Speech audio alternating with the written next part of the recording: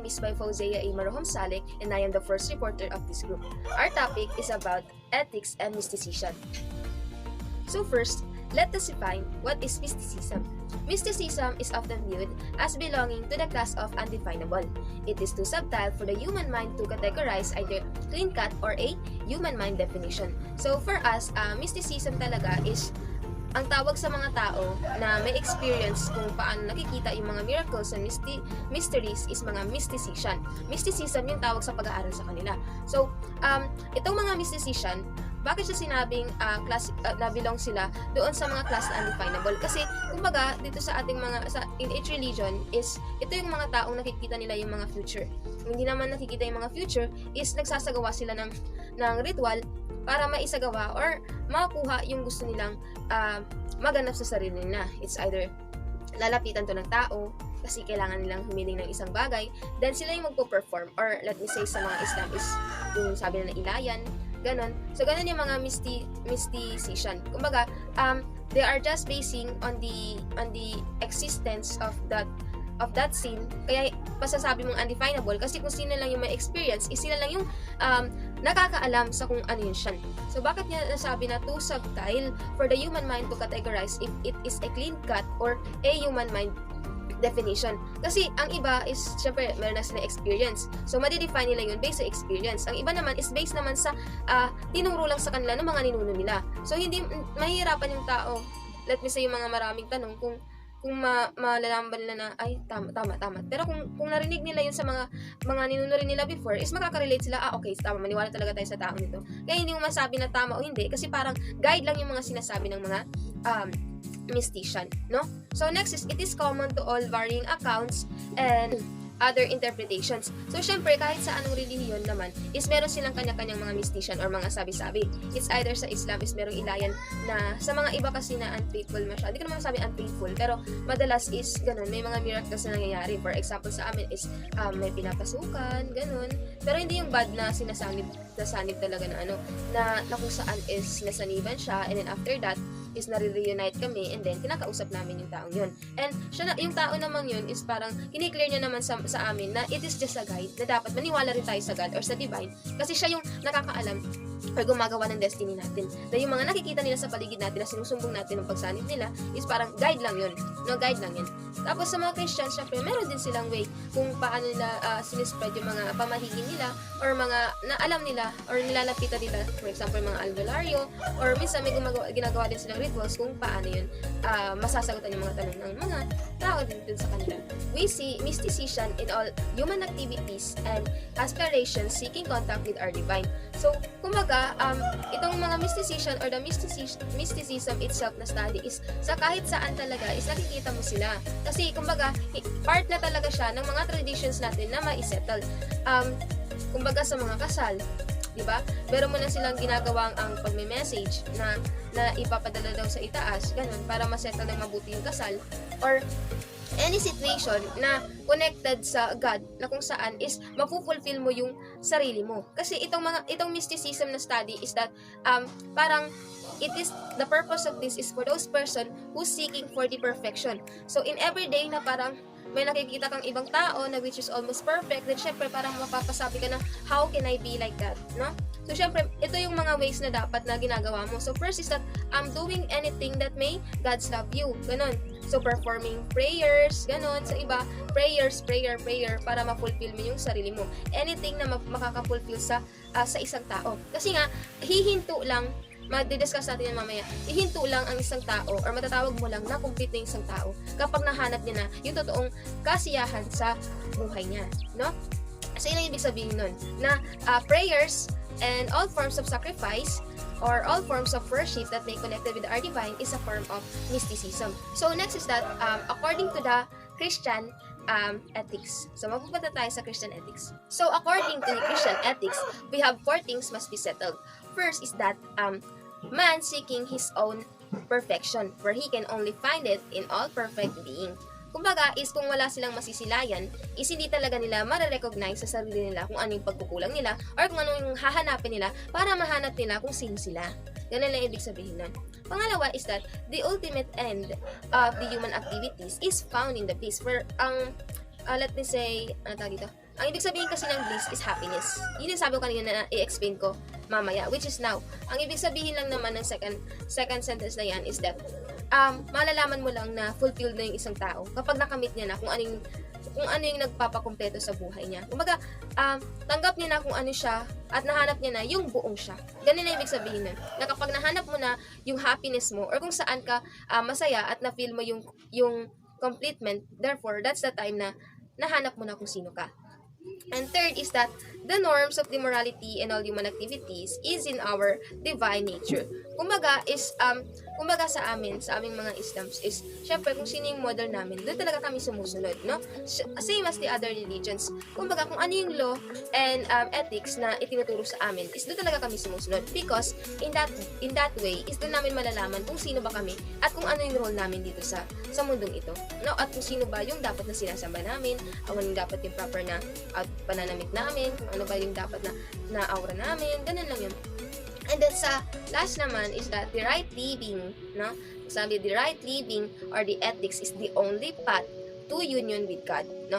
So, it just simply means that the ethics, which is the ethics, is the right living, no? The right living or the right law for us to be followed is the only path to union with the God. So, kumbaga, kung sinunod mo yung ethics nyo or yung ways na yan, is yan yung magiging way para mas mapapalapit ka pa sa Kanya. Mas mapapalapit ka pa sa God. Ganun ang ibig sabihin nun sa apat na ethics ng Christians that may also connected to the other ethics of the other religions and interpretations of the others. So we have morality and mysticism.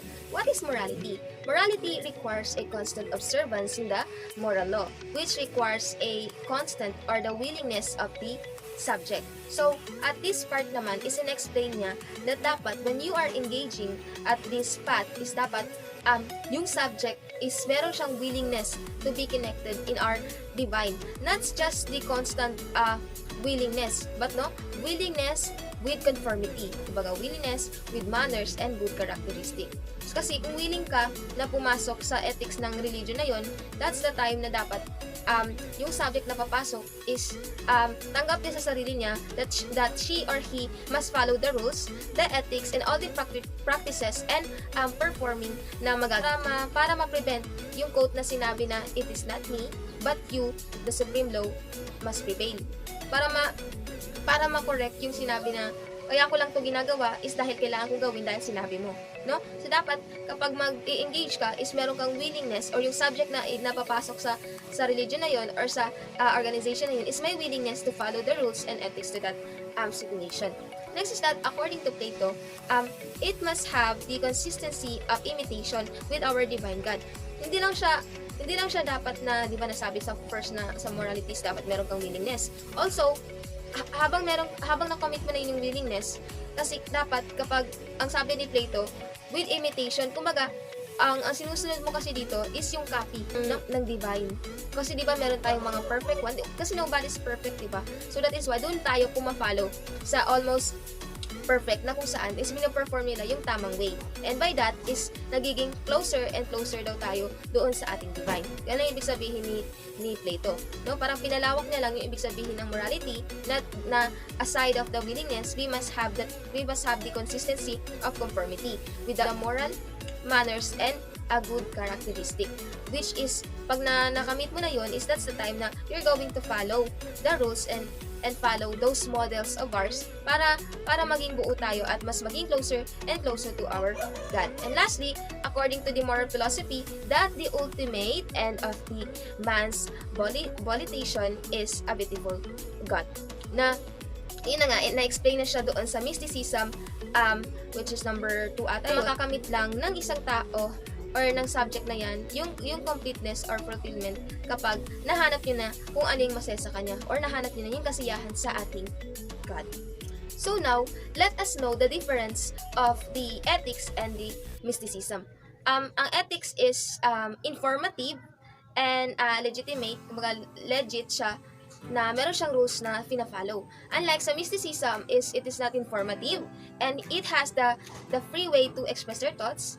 And lastly, they are just only basing on the existence of some things. So kumbaga, itong si ethics talaga is meron siyang law or meron siyang legit permission talaga na kailangan mo siyang sundin, no? Yun talaga yung pinaka right path na kailangan mong sundin.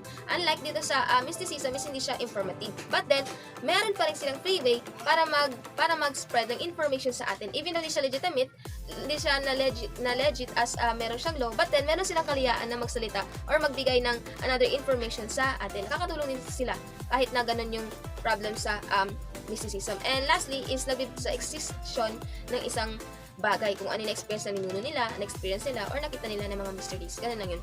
And now, let us move on to the different ways towards the divine sa Christian ethics. So first, we have receiving the God's Holy Communion or the sacrament. Kumbaga sa ating mga Christians friends is parang meron silang isinasagawang ang activities sa churches nila, such as yung pagkain nila ng bilog during yung magpalagay sila ng cross sa noo, or yung mga pagbibigay sa kanila ng basbas kapag nasa church sila. Kumbaga iyon yung symbol sa kanilang spirituality that may connected to their God. Pangalawa naman is they must have the meditations and contemplations to the truth. Kumbaga is kailangan nilang mag-meditate or pag sabi kasi meditate or contemplations is parang meron kang yung willingness mo, no? Parang yung intention mo is andun, intention mo to serve Him.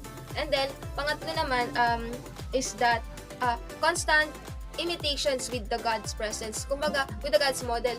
Kumbaga andun pa rin yung pagsunod mo dun sa mga copy actions ng ating God. Dun sa mga taong may alam sa kung paano mag-perform at maging mabuti yung landas mo is dun dapat yung mga sinusunod mo. Kasi kumbaga sila lang yung model ng God, bali sila yung dapat magayahin. And then lastly is love, no? So yung next reporter sa akin is may explain niya yung about dito sa part 4 na to kasi siya yung mas nakahawak sa topic na connected dyan sa number 4 na yan, which is ang love, no? Na kapag love mo yung God is parang madali na lang para sa'yo na mahalin yung mga nilikha niya dito sa mundo. So we have union through contemplation. So at this part, parang pinalawak niya lang or pinadetail niya lang yung ibig sabihin ng meditation.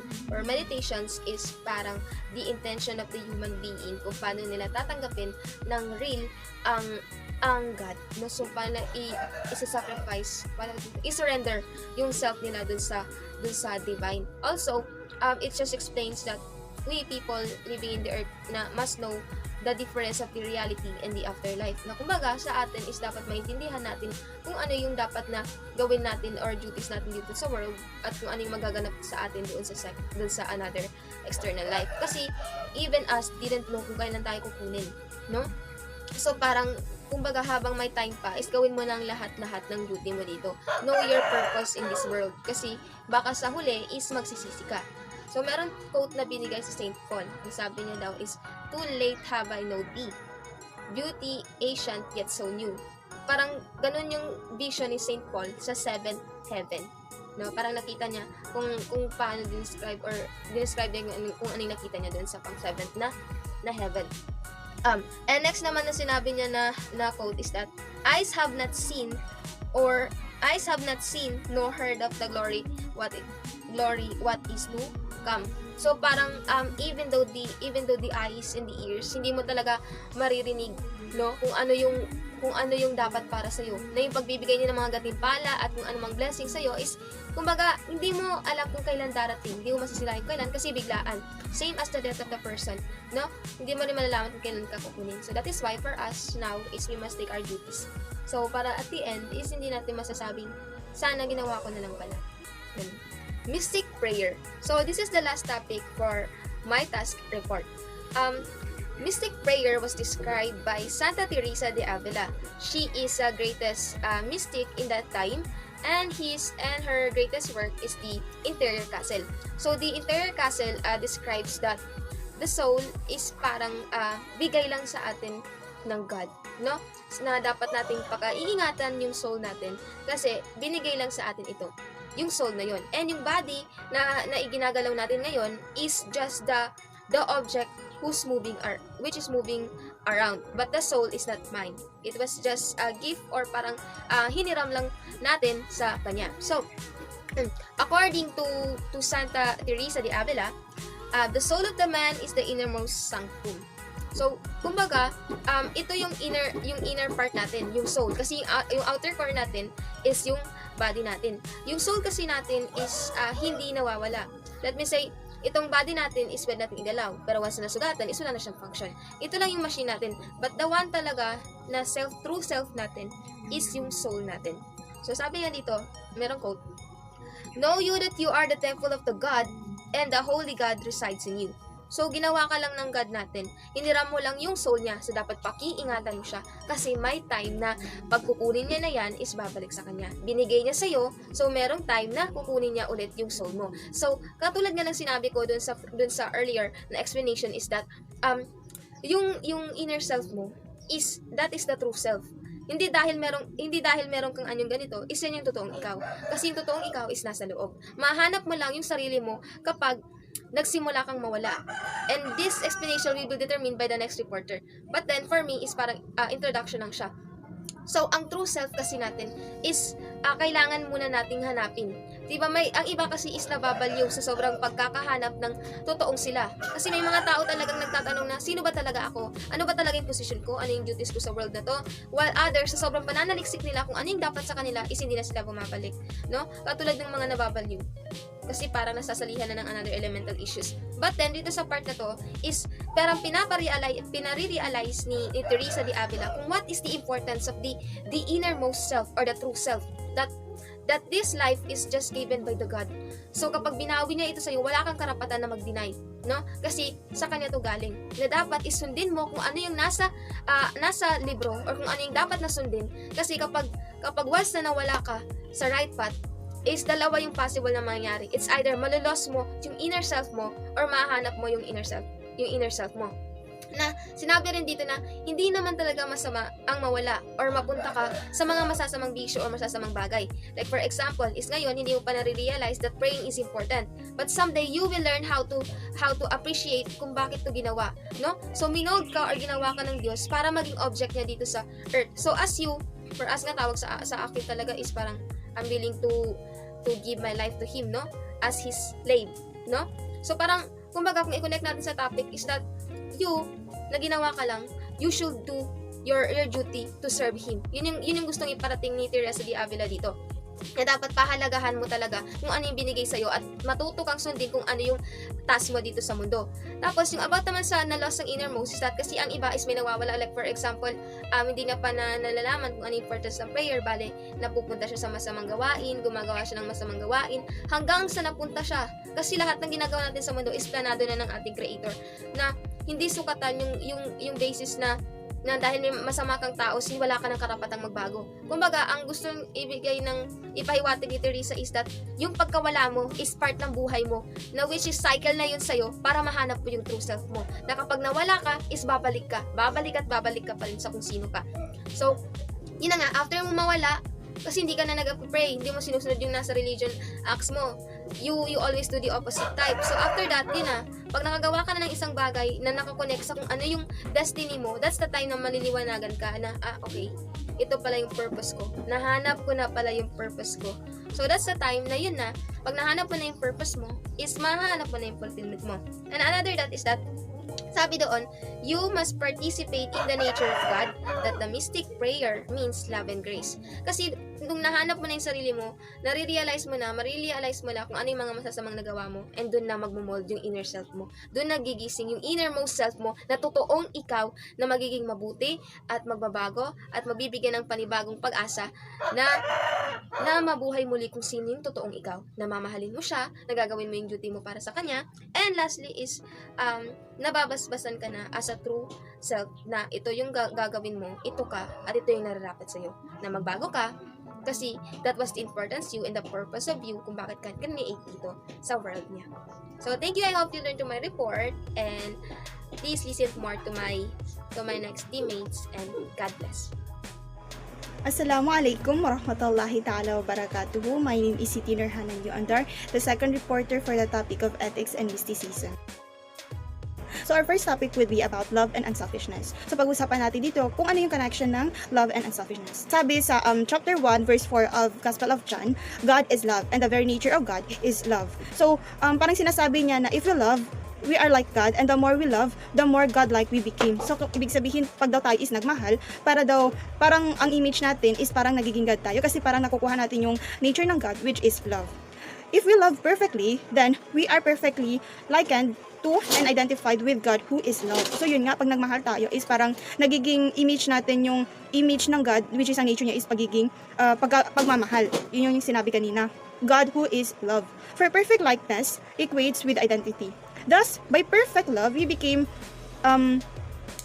one with God. So parang nakakasama natin or parang nasasali tayo sa pagiging divine ng God. We partake His nature, we became sharers of His divine, and life as much child partakes of the nature of his parents. So halimbawa nito is kapag yung parents is mapagmahal, parang napapartakes yun ng anak niya, which is yung anak niya is nagiging mapagmahal din. This is the import of the words of Saint Paul.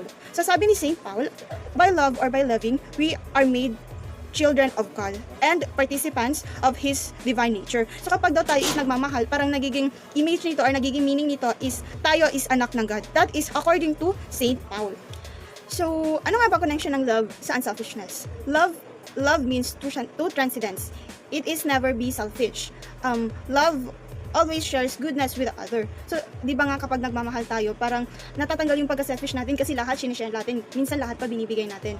So, the lover never keeps his love to himself. So, syempre, pag nagmahal ka, hindi naman ang pagmamahal ka is inside lang sa'yo. Syempre, sinishare mo yun doon sa minamahal mong tao.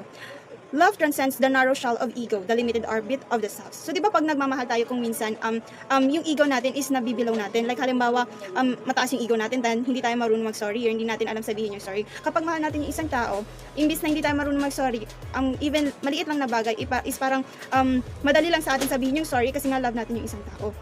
This is why even the pagan philosopher Plato has defined love as the very antithesis of selfishness. So kumbaga kahit nga si Plato is parang nag-agree siya na ang love is kabaliktaran siya ng selfishness. Love is the truest and purest when farthest removed from the self. So later i-explain sa inyo kung paano ba nasasabi na kapag nawawala tayo sa sarili natin, ang love is binabalik tayo para maging pure ulit. Kasi sabi nga dito, the truest and purest when farthest removed from the self. So may mga time na nawawala tayo sa sarili natin. Love means therefore unselfishness or selflessness. So yun ang ibig sabihin para kay Plato. Ibig sabihin ng love is unselfishness or selflessness. This is likewise the Christian view and defined love. So, parang viewpoint nila sa love is nagkakapare-pareho kasi ang parang define nila sa love is kumbaga kapag love mo ang isang bagay or kapag merong love sa isang bagay is kumbaga magiging madali yung lahat ng mga pangyayari. What it means to be unselfish. So, kanina pinag-usapan natin or in-explain natin kung ano ang love. Ang topic kanina is love and unselfishness. So, this time, explain naman natin kung ano ang unselfishness. So, according to this, ang unselfishness is to be your true self. So, it sounds paradoxical, diba? Kasi ibig sabihin ba pag selfish tayo is wala tayo sa sarili. So, to resolve the seeming antinomy or contradiction, let us define kung ano ba ang self. So, meron kasi tayong dalawang category ng self. The first is the true self, which is as made by God, centered in God and destined for God. So, ibig sabihin kapag ang sinasabi natin na true self is kumbaga yung nature sa atin, which is kung ano yung binigay sa atin ng God. Second here is the false self, which is self-centered, self-seeking, selfish self, and tending to separate itself from God. So, ibig sabihin, ang true self naman na sa kabilang side is ito naman siya yung kumbaga ang iniisip lang natin is yung sarili natin, kung paano tayo nabuhay, paano tayo napunta dito. Yung self lang talaga iniisip natin, while yung kanina is centered with God, which is lahat yung actions ng self natin is nakadepende sa God. The true self is the true original innocent state of a man as the child of God. Specifically, ito siya yung soul na binigay ng God sa atin. So, according sa teaching ng Christian, it is the throne of God, the holy of the holiest, and it is the innermost sanctum of the Holy Spirit. So, yun siya yung true self daw na binigay sa atin ng God. So, example nito is the state of grace. This passage is, or this idea is based on the biblical passage quoted as, "Know you that you are the temple of the God and the Holy Spirit dwells in you." So yun siya yung kumbaga basis nila doon sa thought na yon, ang tao daw is or ang true self daw is yun daw yung ibinigay ng God, which is that is the soul. Same idea or same expression was given by German mystics Mr. Echart, where sinabi niya na the core of my being is the core of God and His core is mine. So kumbaga pinag-isahan niya yung pagkatao niya pati yung saga. So parang pinag-isa niya. Yun daw para sa kanya, yun daw yan siya yung true self. Another is yung the embodied expression or the embodied idea na ibinigay naman ni Saint Teresa de Avila, which is doon sa kanyang greatest work na entitled The Interior of Castle, where is sinabi niya doon that God resides in the innermost chamber of our soul, or the God's castle. So kumbaga, yung mga thoughts na yon is parang nag-support sa mga idea na which is sinasabi lang nila na ang true self daw is yun daw siya yung direct na ibinigay ng God.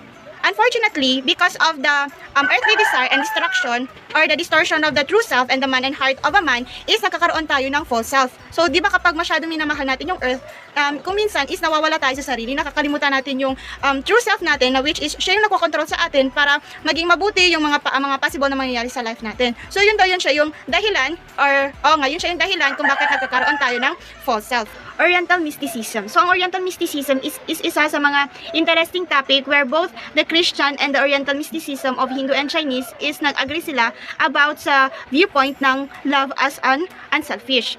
The union of the two mysticism arrive at the divine union of being unselfish. So, kumbaga parang naging interesting siya since both nung dalawang side from the Christian and the Oriental mysticism is nag-agree sila about the divine union of being unselfish. So, nag-isa or nagtugma yung kanilang thoughts about the love and being unselfish. Unselfishness and desirelessness. So, according sa Oriental philosophy, specifically dyan sa Buddhism, is sinasabi nila that man's highest good and happiness can be attained kapag napufulfill tayo. So, kapag napufulfill tayo, dito natin nararamdaman yung happiness natin. So, according naman kay Brahma, sa God ng Buddhism, is man can only be attained the highest good and happiness kapag sila is nagiging unselfish at natatanggal nila yung desires nila or pagkakaroon ng desirelessness. So, kapag natanggal nila yon, nafe-feel daw nila doon nila mafe-feel yung fulfillment.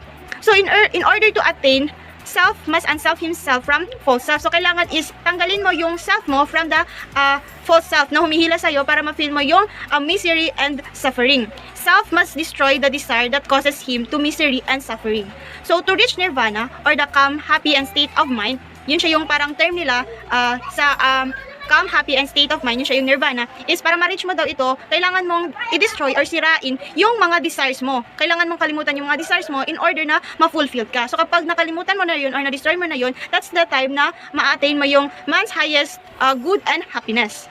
Okay, so this time, we're gonna tackle about Chinese mysticism. So, malalaman natin dito kung sino si Lao Tzu. So, sino nga ba si Lao Tzu? Si Lao Tzu is one of the greatest Chinese philosopher and mystic who had a book na nakilala.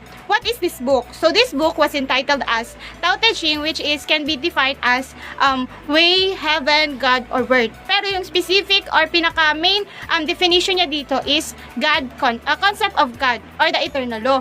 Whereas, ginagamit ito siyang book na ito siya para pang basis doon or pang rule kung ano yung dapat na i-act ng mga Taoism. Okay, so ano nga ba yung theme ng book na ito? The dominant theme of this book is that reality is one and in order to be happy, one must be natural. In other words, kailangan para tayo is maging happy, we should act accordingly sa kung ano yung true nature natin. Hindi tayo mag-act doon sa mga bagay na hindi talaga tayo ganun. Dapat true to yourself lang and do or act like yung true self mo.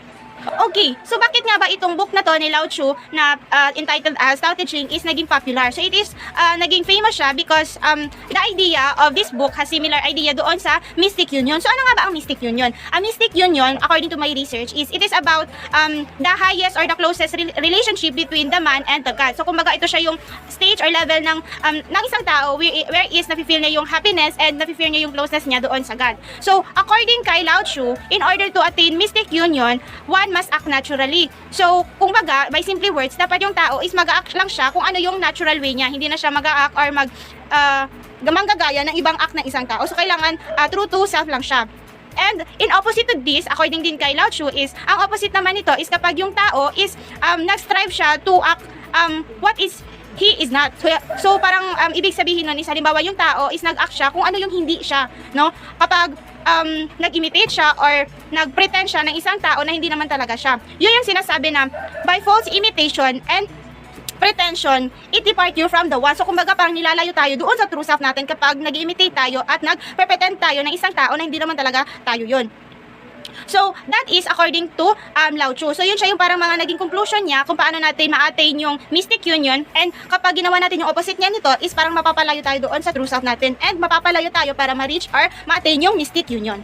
Okay, so si Lao Tzu is hindi niya lang binigay or in-explain kung ano yung way natin para ma-attain. Nagbigay siya ng formula para ma-attain natin yung happiness and divine union. So, ang divine union is parang synonym lang siya sa mystic union, which is yung closure ng tao and then the God. So, ano ba yung formula? So, simple lang masyado yung formula na binigay ni Lao Tzu. This is, first, be yourself. Second, be natural. And then, live the way. So, in other words, kailangan daw mag-act ka daw with your true nature, no? So, kailangan is, be yourself lang, no? Hindi ka dapat mag-act ng, or manggagaya ng ibang tao para maging happy ka. Dapat kung ano ka, dapat mag-act ka lang ng ganon. And then second is be natural. So yun nga, natural kung ano ka, yun lang. And then live the way. No, hindi ka na kailangan kumbaga hindi ka na dapat mag-iisip na kung ano yung gagayahin mo, kung ano yung i-act mo para maging happy ka and para ma-fulfill yung ibang tao.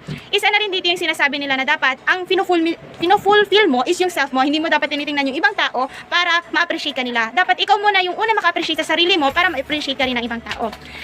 In Christian ethics, ito yung sinasabi nila na live the natural law. So kumbaga, kung sa Chinese mysticism is yung kay Lao Tzu, sa Christian naman is itong live the natural law. So yun lang yung formula natin para ma-attain natin or ma-achieve natin yung greatest happiness.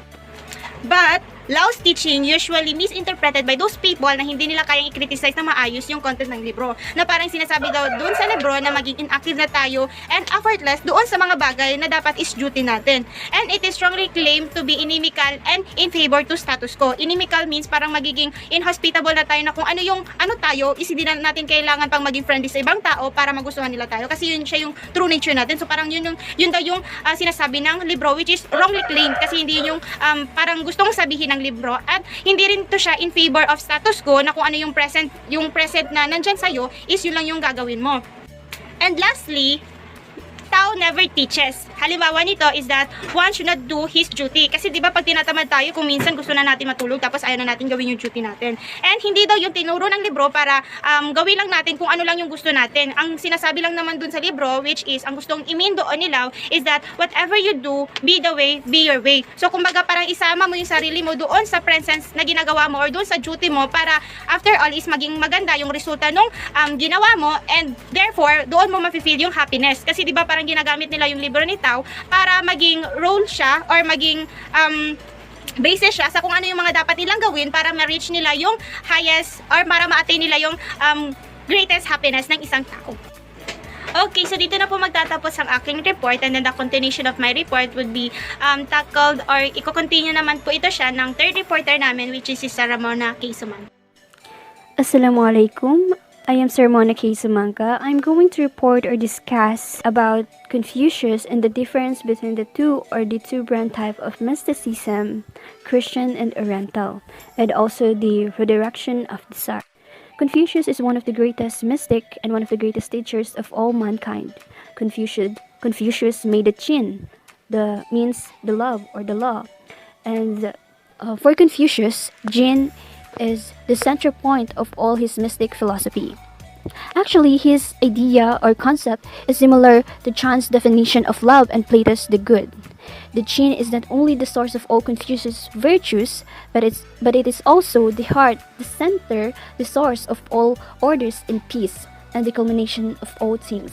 We became attuned or accommodate to and unified with the universal peace in all things when we love and when we live the Qin. To find the central clues to our moral being which unite us with the universal moral order, said Confucius, is the noblest human achievement. According to Confucius, the universal moral order is reflected in the life of moral man. Confucius wrote, "The life of moral man is an exemplification of the universal moral order. The life of vicious man is the contradiction thereof." Means the Qin, the law, is unstoppable, inevitable, and intangible or invisible.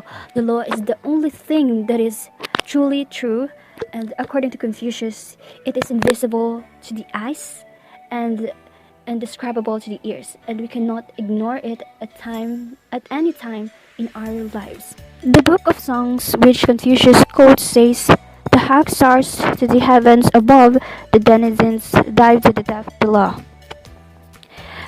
The idea of God, though not specially stated or mentioned by name, the concept of God can be found throughout his writings, especially in his concept of Jin, the universal moral order, the supreme law of the universe, and the beginning and the end of all things. Incidentally, these are similar to the names we give to the God as the prime mover, the efficient and the final cause, divine providence, the supreme lawgiver, and etc. Another great Chinese mystic and philosopher of all men thought universal love to be based on the life, and the Tien means heaven or God, was very nature and love. And now let's proceed to the difference between two types or the two brand of mysticism, Christian and Oriental. Christian mysticism is a personal type of relation with the divine. It refers to mystical practices endured within Christianity. According to Christian doctrine, when one is committed to God as when a person is in state of grace, or when he especially communes with God sacramentally, receiving Christ's body and blood, he is elevated to the rank of divinity by participation. So in this type of man, God union must identify, and especially his personality is not destroyed, but rather enhanced and perfected by participation in the life and nature of the true person of the Holy Trinity, or God. Redirection of desire. In redirection of desire, there is no destruction of desire in a Christianity form of union, and there is no dissolution of individuality. Instead, there is redirection or reorientation, a complete flowering of desires in a perpetually continuous pace, which Fulton Sheen described as the perpetual chase and capture, in which the elect ever desires and ever fulfills his desire in the eternal God. In desire, we admit, or ever since man's fall often deviate from their true direction and their destiny, desire and tend to revolve around a false center, the selfish and the false self. As for our passion, they have the tendency to pull us away from our center of gravity or from God, and lead us away from our true purpose and goal in life. Desires and passion, on the other hand, are healthy and even important, closely intertwined to us in our current state of life. To achieve union with God, one must regulate, not destroy, the passion and wean the lost energies that revolve around the false self, and reinforce the rapt self-centering impulses of the passions, so that they can become rays of the one universal sun from which they originated. So that's all. I am hoping that you have something, understanding about my topic. I actually did my best to explain it. So that's all. Thank you.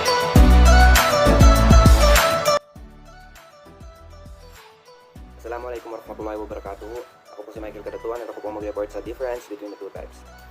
God-centered living. In these our busy lives and troubled times, in this crusty materialistic age and world of ours, when everybody has to work to earn a living in order to survive with so many distractions, problems, worldly elements, and pursuits with pollution, both physical and moral around us, the climate is not conducive to the practice of piety, asceticism, and mysticism. Yet, we can say that our busy everyday life affords us a great opportunity to practice and attain mysticism of the highest order.